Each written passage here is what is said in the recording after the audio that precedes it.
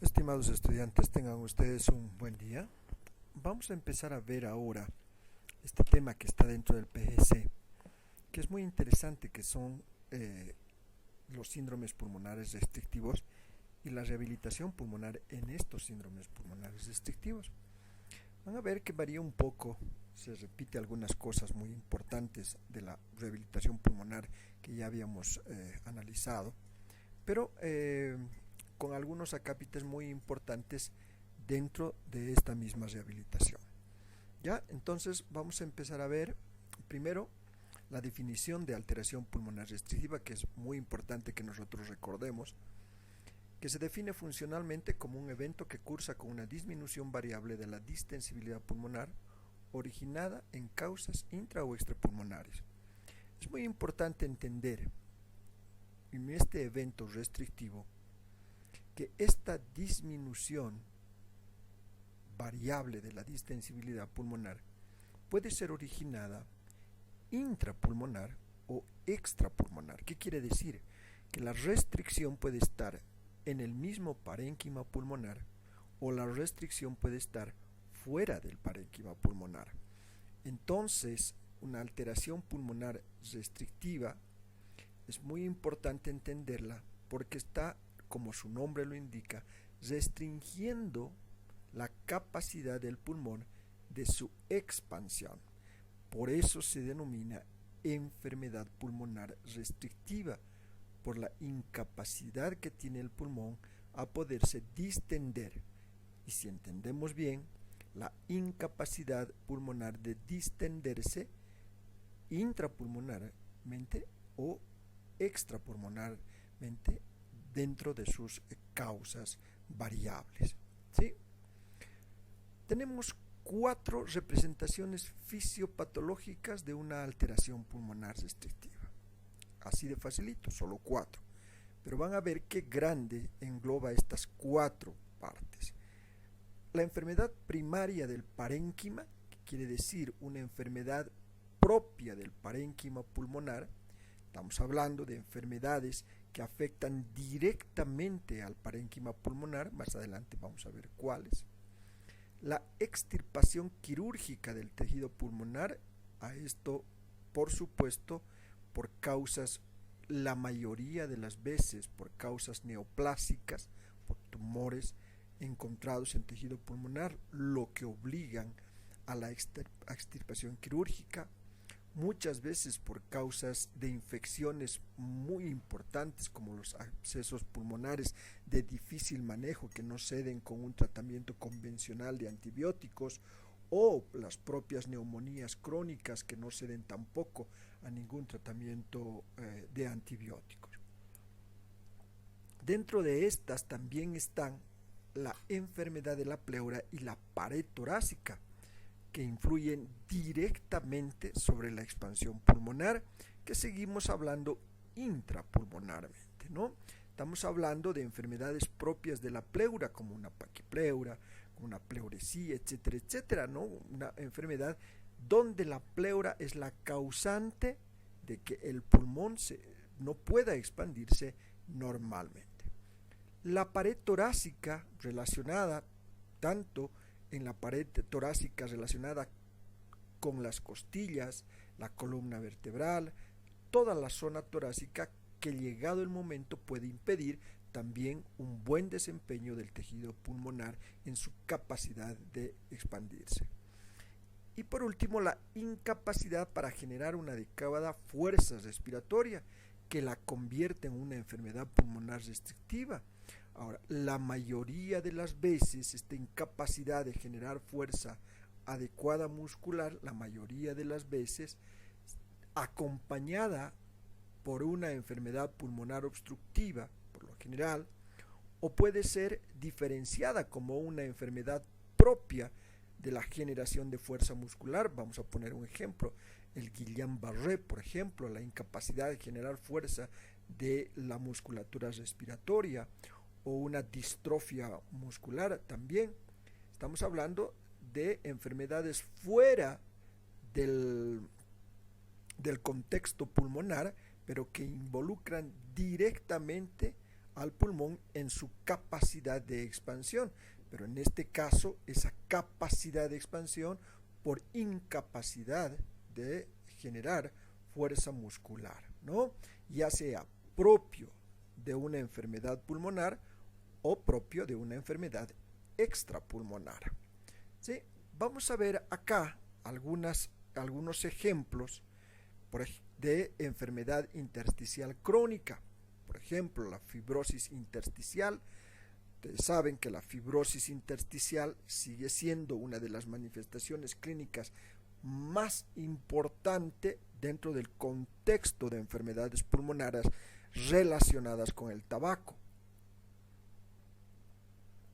Estas enfermedades que en realidad empiezan con una EPOC, por ejemplo, una bronquitis crónica a consecuencia del tabaco, o una EPOC propia a consecuencia del tabaco, al final terminan fibrosando al pulmón, haciendo una verdadera fibrosis intersticial, una fibrosis pulmonar, la cual ya no nos convertiría simplemente en el hecho de una enfermedad pulmonar restrictiva, nos convertiría en una enfermedad pulmonar mixta, con enfermedades pulmonares obstructivas de base y con enfermedades pulmonares restrictivas, ¿no?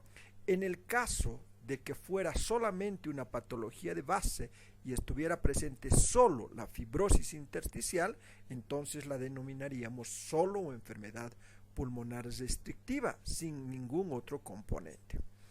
Las neumoconiosis, todas aquellas, ¿no?, que conocemos por inhalación de asbesto, etcétera, todas las neumoconiosis también constituyen una enfermedad pulmonar restrictiva, ¿no? Las enfermedades del colágeno propias del pulmón, la sarcoidosis o los síndromes por radiación también convierten una alteración pulmonar restrictiva. Muchas veces hay dos componentes, quiero detenerme un poquito aquí, hay dos componentes importantes en una alteración pulmonar restrictiva post radiación de una lobectomía por una neoplasia, ¿no? Fíjense los dos componentes.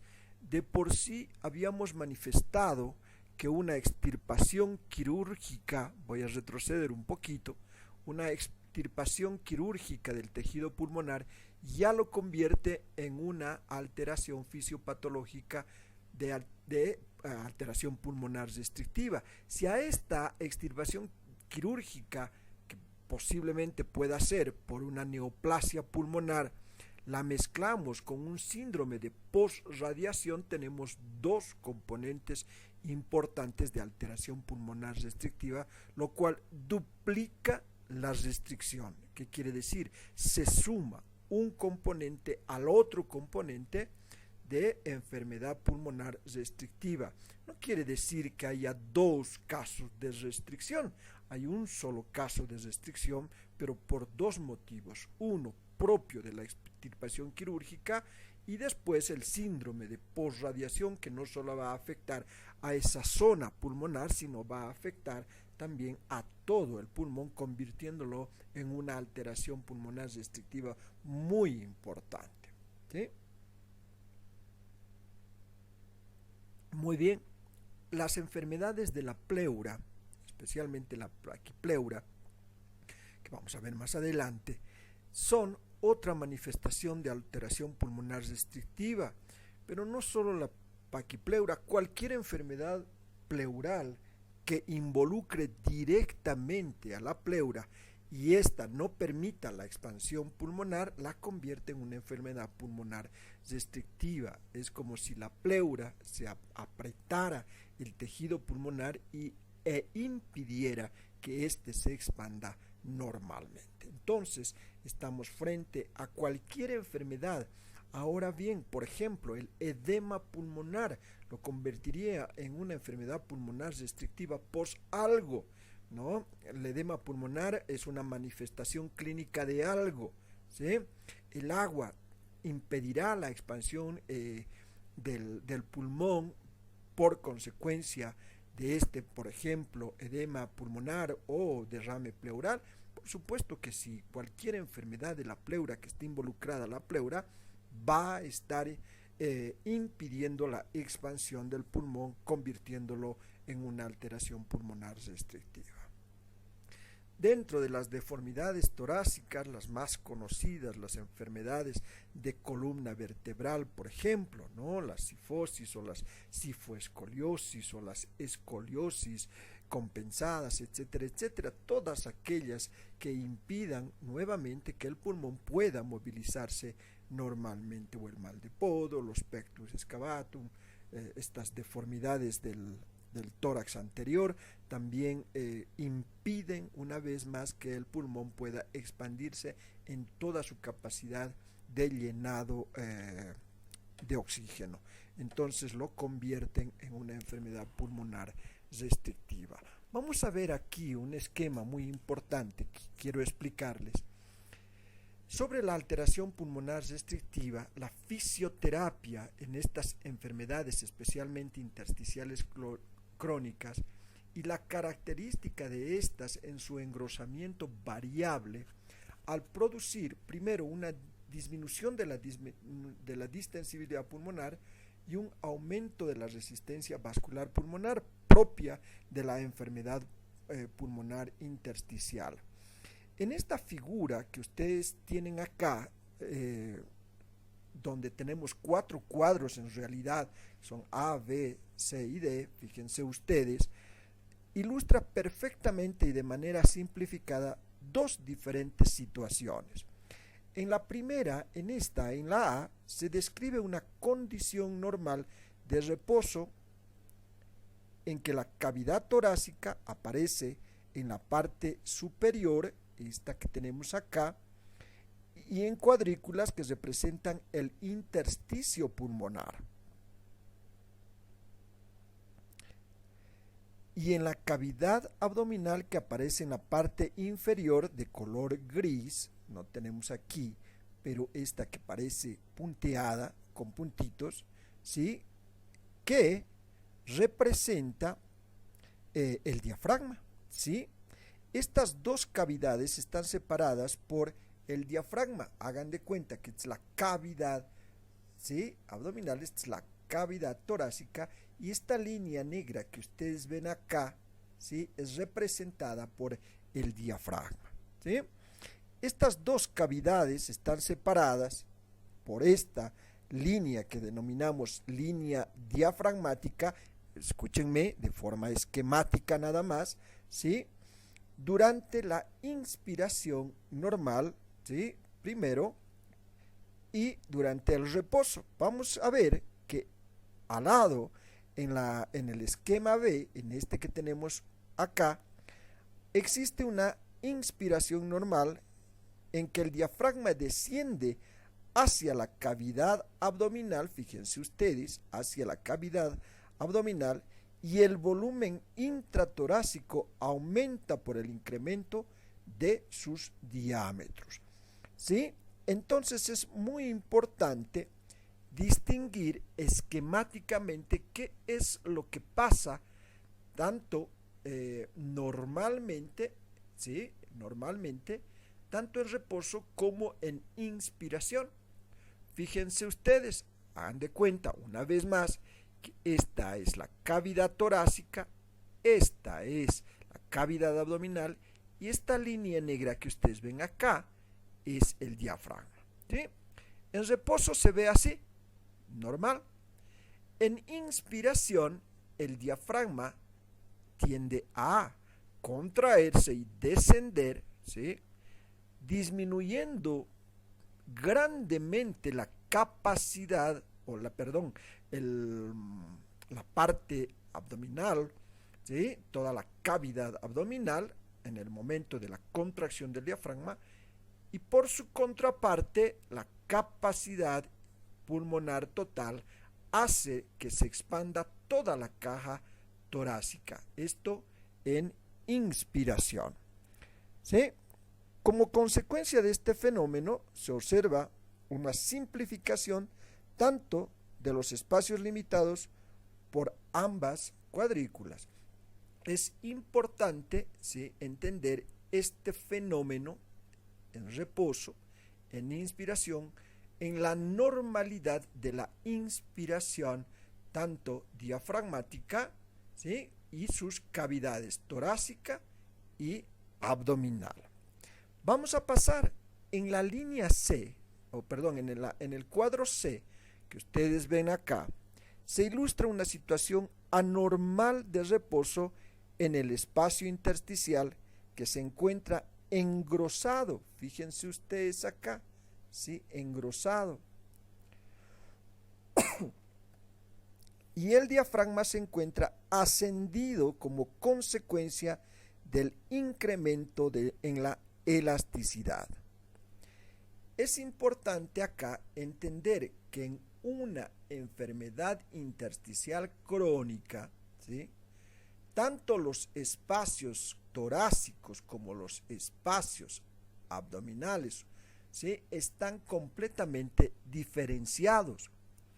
Fíjense ustedes aquí en este esquema la normalidad y en este esquema cómo varía estos espacios o estas cavidades torácicas y cavidades abdominales en una enfermedad intersticial crónica. Fíjense cómo cambian. El diafragma queda completamente ascendido, ¿sí?, completamente ascendido hacia la cavidad torácica, restringiendo una vez más, fíjense, restringiendo una vez más, por cualquier motivo, la capacidad pulmonar total y la expansión pulmonar. ¿Sí? Muy bien, entonces, de por sí en reposo, en una enfermedad pulmonar intersticial, de por sí en reposo, estas dos cavidades que deberían estar así, están así. En reposo, no estamos hablando todavía en inspiración. Ya en reposo, esto ya está completamente anormal, con un diafragma ascendido, con un espacio abdominal, con una cavidad abdominal completamente amplificada y con una restricción importante en la cavidad torácica, ¿sí? Esto simplificado en un esquema nada más. Fíjense la figura ahora de acá, en una enfermedad pulmonar intersticial crónica, ¿cómo varía respecto a una inspiración normal? Fíjense ustedes que el diafragma desciende hacia la cavidad abdominal, incrementando el volumen intratorácico, aunque no de manera tan eficaz como en la condición normal. Fíjense ustedes que si bien hay una expansión del tórax y un descenso del diafragma, este no resulta tan eficaz como de manera normal. ¿Por qué? Porque de por sí en reposo el diafragma tiene que luchar con un gran espacio en la cavidad abdominal, no constituyéndose en una buena excursión diafragmática, la cual permita una buena expansión torácica. Fíjense ustedes, aquí va a haber siempre restricción a nivel torácico, lo cual va a impedir un llenado completamente normal de la capacidad pulmonar total. ¿Sí? Entonces, es muy importante entender este esquema que les presento aquí respecto al desplazamiento del diafragma y tanto la cavidad torácica como la capacidad pulmonar en la normalidad y en una enfermedad pulmonar intersticial crónica, ¿sí?, donde se convierte la restricción en la incapacidad, primero en reposo y después en inspiración, de un llenado pulmonar normal, ¿sí? Entonces, aquí nos vamos a ir dando claramente cuenta que el principal protagonista de esta enfermedad pulmonar restrictiva se convierte el diafragma, ¿sí? El diafragma va a ser el principal protagonista de estos cambios. Si en reposo, en la normalidad, el diafragma ya es importante, fíjense cuánto más importante será en el momento de estar luchando frente a una enfermedad intersticial crónica. Vuelvo a repetirles, convirtiendo al diafragma en el principal protagonista de transformación de este cuadro. Si las condiciones obviamente están dadas. ¿Sí? Muy bien, vamos a ver la intervención fisioterapéutica que debe promover un incremento de la excursión diafragmática hacia la cavidad abdominal. Una vez más nos vamos a ir, ¿qué debemos si analizamos en una enfermedad restrictiva? Que este es el problema, la capacidad del diafragma en su excursión. Fíjense acá, tendría que excursionar todo esto el diafragma, ¿no? Encima de eso el diafragma está muchísimo más ascendido, está hasta acá. Por lo tanto, su capacidad de contracción será mínima y no alcanzará la excursión primero normal, y su excursión tendrá que ser muchísimo más larga de la normalidad. Por lo tanto, ¿qué tenemos que hacer? Lo que dice acá, promover un incremento en la excursión diafragmática hacia la cavidad abdominal. Nosotros tenemos como objetivo principal aquello, ¿sí? Como objetivo principal aquello. Primero, la reeducación diafragmática. Estos pacientes que tienen enfermedad pulmonar restrictiva son pacientes que, aparte de la imposibilidad de la excursión diafragmática normal, se convierten en verdaderos respiradores torácicos con una pobre excursión diafragmática, ¿sí? Entonces, el objetivo, ¿cuál debe ser? Reeducación diafragmática. Insistir permanentemente en una reeducación diafragmática a través de maniobras que ya conocemos, de maniobras que ya hemos manejado. Por ejemplo, ejercicios de reeducación diafragmática, ejercicios de desbloqueo diafragmático y por último, ventilación dirigida. Dos maniobras que nosotros ya la hemos visto, dos maniobras que nosotros ya la conocemos, que nos van a servir muy eficazmente en la reeducación diafragmática, el trabajo diafragmático que nosotros vamos a hacer, inculcando al paciente el beneficio, ¿sí?, de una excursión diafragmática o de una respiración diafragmática, con las consiguientes ventajas que nos va a proporcionar esto en el momento de conseguir que el paciente logre realmente excursionar ese diafragma. No va a ser difícil vencer esa resistencia que nosotros tenemos acá si nosotros promovemos una buena excursión diafragmática. Posiblemente no alcanzaremos esta normalidad, no alcanzaremos la normalidad y la expansión completa de toda la capacidad torácica en todos sus ámbitos, pero seguramente mejoraremos y no permitiremos que esta capacidad pulmonar total siga viniéndose a ser restrictiva por esta enfermedad intersticial crónica.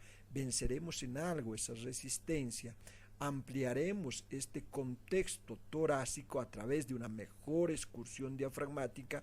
Es como si le estuviéramos dando más tarea al diafragma, lo estuviéramos, entre comillas, no quiere decir esto, fortaleciendo al diafragma para promover una buena excursión, para vencer esa restricción que torácicamente o pulmonarmente tiene este paciente, para trabajar exclusivamente en esta capacidad y llegar a acercarnos por lo menos a la normalidad.